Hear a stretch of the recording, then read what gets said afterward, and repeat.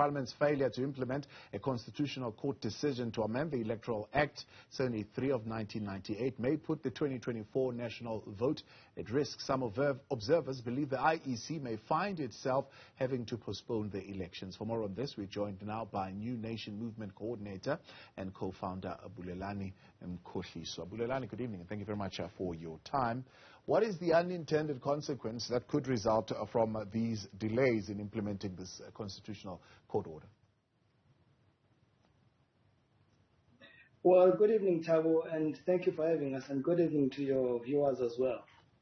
Well, I think at the core of the whole thing, the most serious unintended consequences, and I'm not sure if they're unintended by any stretch of imagination, because Parliament was given 24 months to remedy the current electoral laws so that they could fit and be in line with our constitution. However, Parliament has really dragged their feet, and as you put it, the unintended consequences is that chances of elections being postponed for me are very slim, by the way. But I think the greatest tragedy is that we would then have an electoral system that would be altered or fixed and in an inverted commas type of a situation, because the quality of that electoral act will not necessarily be in line with the constitutional court judgment. And I think, Thabo, the other most important thing that I think we need to engage right from the beginning is that Parliament did not just wake up and see it appropriate to actually start this process of doing electoral reforms. This process was triggered by us taking the President of the nation and the Speaker of Parliament, the Home Affairs Minister, and the IEC to the Constitutional Court.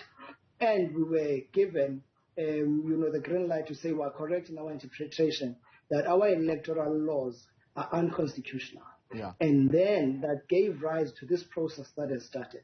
So the importance of this point comes in the sense that Parliament now is actually supposed to be guided by the judgment and not just by what they think is appropriate. Because that judgment was very clear in terms of how the electoral system or the electoral laws are supposed to look. Yes, thank you. So the IEC has, of course, flagged some issues which the Portfolio Committee has highlighted. One of those issues being the cutting of the funding, possibly having some implications on the implementation of the amendment of the Electoral Act. Do you think this could be a challenge, bring some inhibition, the fact that the IEC's funding has been cut and therefore this is why they're not able to meet this obligation? Look, not at all. I do not agree with that. First and foremost, this process is not dependent on the IEC. This process is actually dependent on the legislature, which is Parliament, and by extension to the executive, because Parliament were instructed to be the ones who are actually supposed to carry out the fixing of these electoral laws.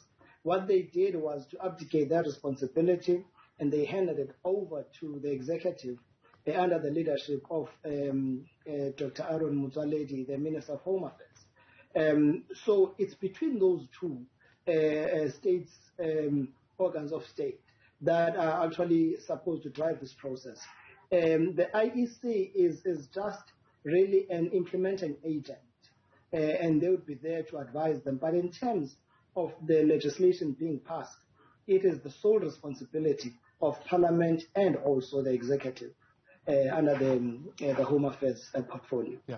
So as far as you're concerned, Parliament will miss that June deadline to fix this, and therefore should... Well, definitely. Yeah. Go for it. Why do you think they'll miss it? Look, the reality is that's why I was raising a critical point to say the Constitutional Court was very clear in terms of what is it that this Electoral Act does not cover, does not cater for. And the processes that Parliament has followed have not necessarily adequately addressed or sought to address those challenges. And part of the problem, Thabo, is the pedestrian pace that they have taken in addressing this matter. I remember in the affidavit by the Speaker, At the time, it was Umamutandi Mdisa. In August 2020, or 2019 rather, she was actually asking that Parliament they must be given 36 months to implement the judgment. And we asked our lawyers to actually oppose that, to say they must be given 24 months. And the reason were two in the main. One is that when you give a person more time, people will easily think that they've got more time to deliver on the product. So when they are given shorter time, they will end the urgency of the matter. And also we knew that should they not be able to deliver within that 24 months, then it would be fair for them to be granted an extension of 12 months, which is why even in our affidavit now, Thabo, we are intending to oppose what the Speaker is requesting, because the Speaker is requesting an extension of 6 months, meaning that instead of them being able to deliver on an electoral system that has been fixed, by the 10th of June, they were requesting that they must be given 6 more months to deliver that. So meaning that by around the 10th of December. And it is our view that based on what has been done to date, if they are given the 6 months extension that they are asking for, they will not be able to deliver the quality of the electoral system that is going to meet the requirements of that constitutional court judgment. Right. And it is on those bases that we think it's more responsible for us to actually oppose that and counter by saying they must be given 12 months extension so that they can deliver a proper and a solid electoral act that can stand at least for another 15, 10 or 20 years. But what by that, then, what would be the implication to I suppose, the current administration? Would that not put us in a constitutional quagmire? Because then that means essentially even the elections would need to be postponed past the term of expiry of this current administration.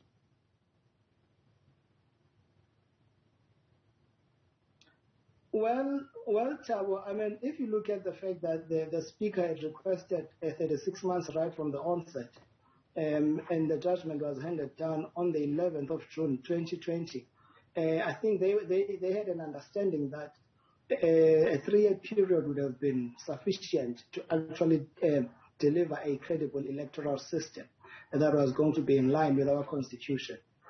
So it means that that should not affect the elections that are supposed to be held in 2024. I think the only change that might actually come into play is that they may be granted the 3 months extension, because remember, elections must be held every 5 years. So our last national general elections were held on the 8th of May. Of May 2024, we should be holding our next national general elections. However, because of the situation that we're finding ourselves in as a nation, because of these electoral laws that are being reformed, I think there could be an extension of 3 months, which is the provision for that has been made, and an allowance has been made for that, meaning that we should be having our national general elections latest by the 8th of August. Which I think that for me, currently as a layperson, I think that is what is likely to happen. All right.